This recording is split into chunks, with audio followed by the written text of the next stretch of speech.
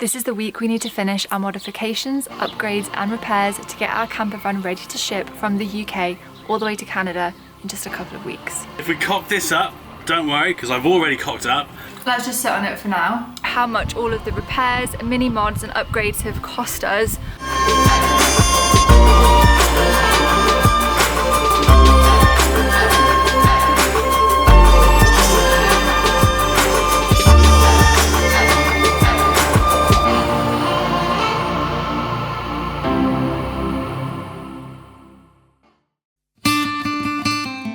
We are knee deep in prep to get our van ready to ship to Canada. We are having to ship it a lot earlier than we originally planned because of potential delays with the shipping company, which means that rather than the 6 weeks we originally had to do all our upgrades and stuff, we now have 2 weeks. In fact, she is shipping in 2.5 weeks, which is a whole month before we're flying ourselves. Ben is in there now fitting our new B2B charger. As you saw last week, we got our US visas approved. We also got the light bar fitted. And yeah, we're now fitting the B2B charger, which should give us some extra boost to the batteries when we're driving. Good morning. Oh, got it really trapped. Oh no. Ah, there we go. You okay? Yep, what's cracking off? Right, so I'm connecting up the second battery to battery charger to the positive and negative here.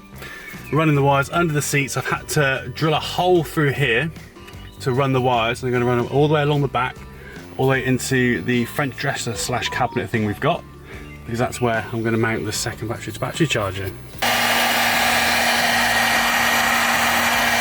I know it's a hacksaw, so there's no need to comment. This is all I have available to you.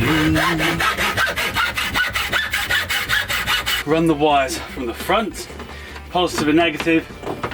Respective ends are going to go connect to the battery. But I forgot I needed blocks here to mount the second one.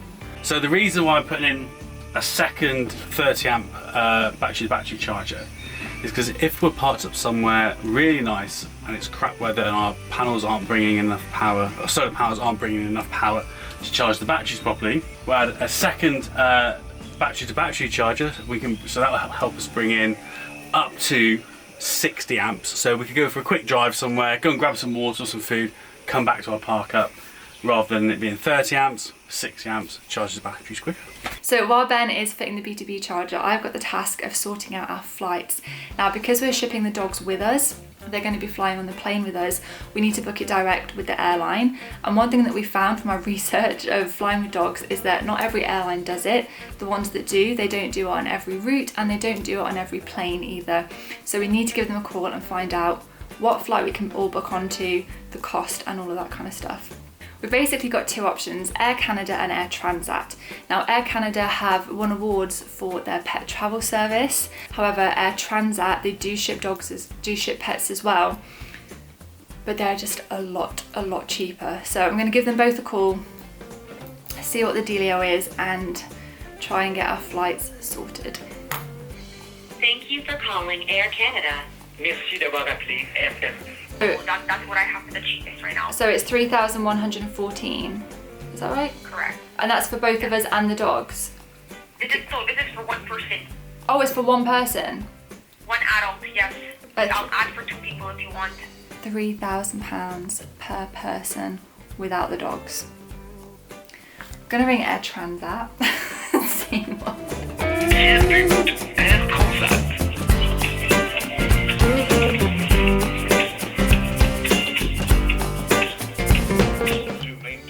But you're saying, Why, and what was the reason that they gave you? he just said that was all that he could book on You can the only dog. book on one You can only pet. book. Let me just make sure what the... Just to give you some context, I rang first thing this morning and I spoke to a lady and she said the cheapest flight she could find for that day and for that route was £3,000 per person. But then I went on your website, on the Air Canada website, and it's coming up at 1,659. So I wasn't sure, why there was that difference, but also I'm not sure how best to book the dogs on. But no, we haven't booked anything yet. Cannot get a hold of Air Transat, cannot get a hold of British Airways, but it's looking like, given the aircraft that fly on all of them, that they can take probably one dog, which means that me and Ben are gonna have to fly to Canada separately on 2 separate flights. We still can't get hold of Air Transat. Air Canada looks like they're the better company in terms of in giving us the information for traveling with pets. They seem to know more than other ones, and Air Transat might be another option, but we just can't get hold of them. The problem with Air Canada is we have to have 2 separate flights. Yeah, so I think what we need to do is we'll keep trying to get hold of Air Transat today. Yeah. Can we go get some lunch first, because I am so hungry, and it looks like we might have to do Air Canada after all. Yeah. When do you want to get it booked? Let's just sit on it for now. Okay. We can't sit on it for long though, because... No, but there's no major rush. It's the most expensive fucking one anyway. Yeah. Okay. We just need to bite the bullet and do it all, don't we? That's all. Yeah, just explore it. Okay. Okay, so I've got the job today of deep cleaning Sophia. Now that we've taken everything out, there is dirt in places I didn't even know existed. It's quite disgusting. The curtains at the back have even got like a yellowish tinge to them, so they need to come off and get washed. Basically, when we repack the van, we're repacking only what is going to be shipped.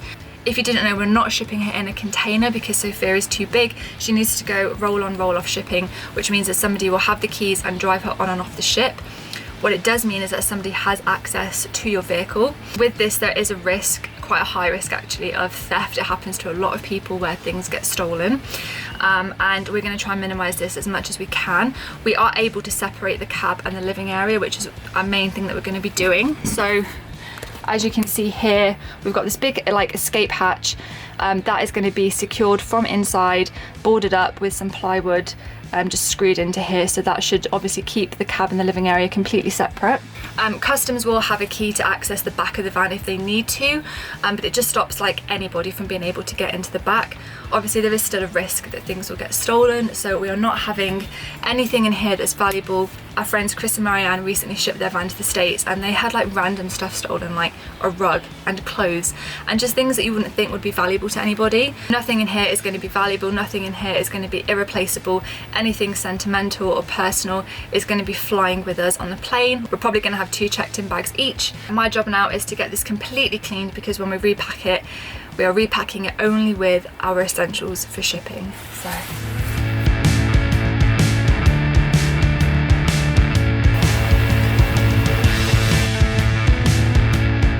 Just want to say as well how happy we are with the cushion covers. We've got like a really thick hard wearing fabric, and it has just withstood everything. Obviously we work in here, we kind of eat here, we sleep on these, and especially when they're hoovered, they just clean up as good as new. The dark colour really helps like hide any stains and stuff, and even after all of this wear, it is not wearing thin anywhere, and it is just really good quality. So definitely recommend investing in the best quality fabric you can for your cushions, because obviously they probably take the most wear out of anything in the van.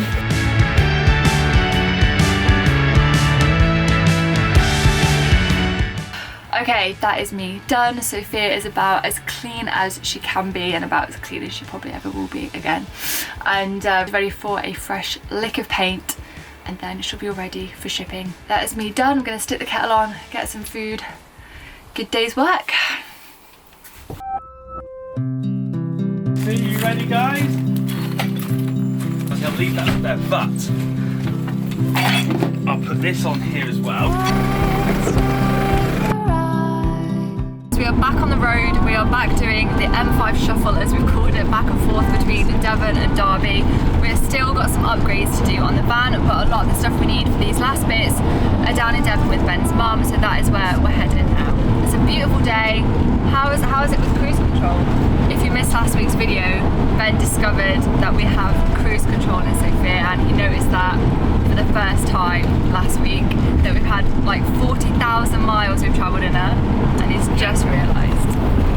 How is it? It is an absolute dream. 60, my feet are flat on the floor, I'm relaxed.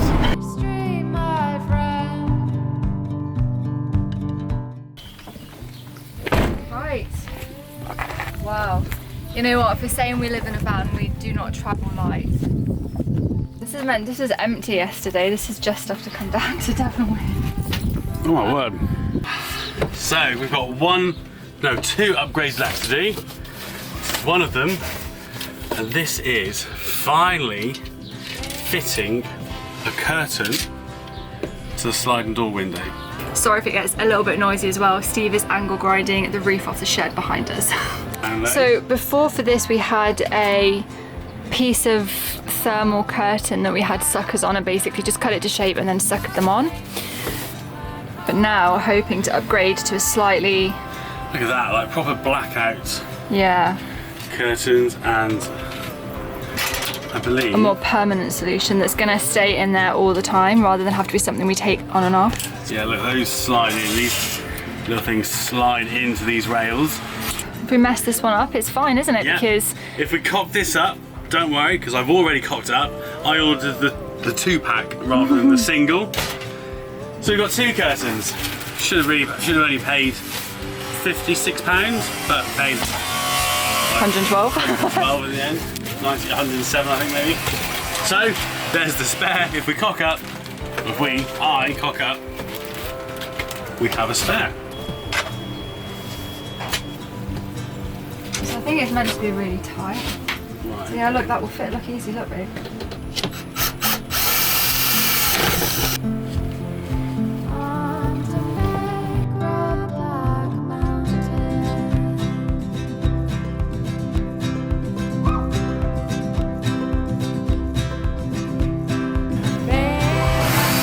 Oh shit! I'm so scared it's going to slip and you're going to drill into my thumbs. It's been a lot of hassle. I always think this window is what everyone gets stuck on what to do with it. Because, and you finding this just seemed a little bit too easy. Do you know what I mean? Yeah, putting it together wasn't as easy as it says, is it? Well, I don't think it's difficult. It's just a little bit awkward, but then what isn't awkward when you're doing a van build? So we have these poppers, we've got 3 of them on each side and they just kind of keep it completely sealed. The bottom one on that side actually just falls right by the door handle, so we're not going to put a popper on that very bottom one, but it's kind of, the blind sits behind the handle so it still stays nice and tight. I am so impressed with that, babe. Here we go. I don't know what you're worried about. It's a bit of a faff to put in, but... I don't think it is. I just think you're hot and tired today. Yes. And it's actually, I think, quite straightforward. So those are our new blinds, guys. What do you think?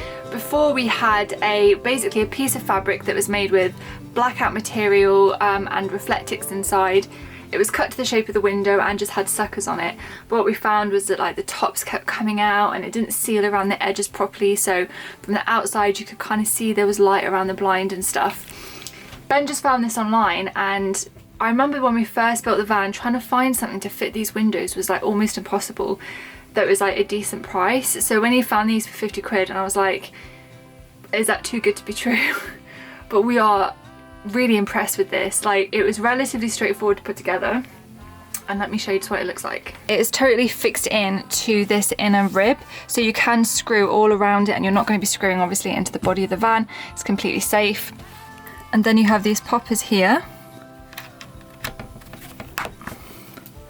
which just then give you that nice seal there. Need your opinion. I really like to leave them like this, so they're just kind of completely neat and around the window, whereas Ben likes them like this, which is with the ties on.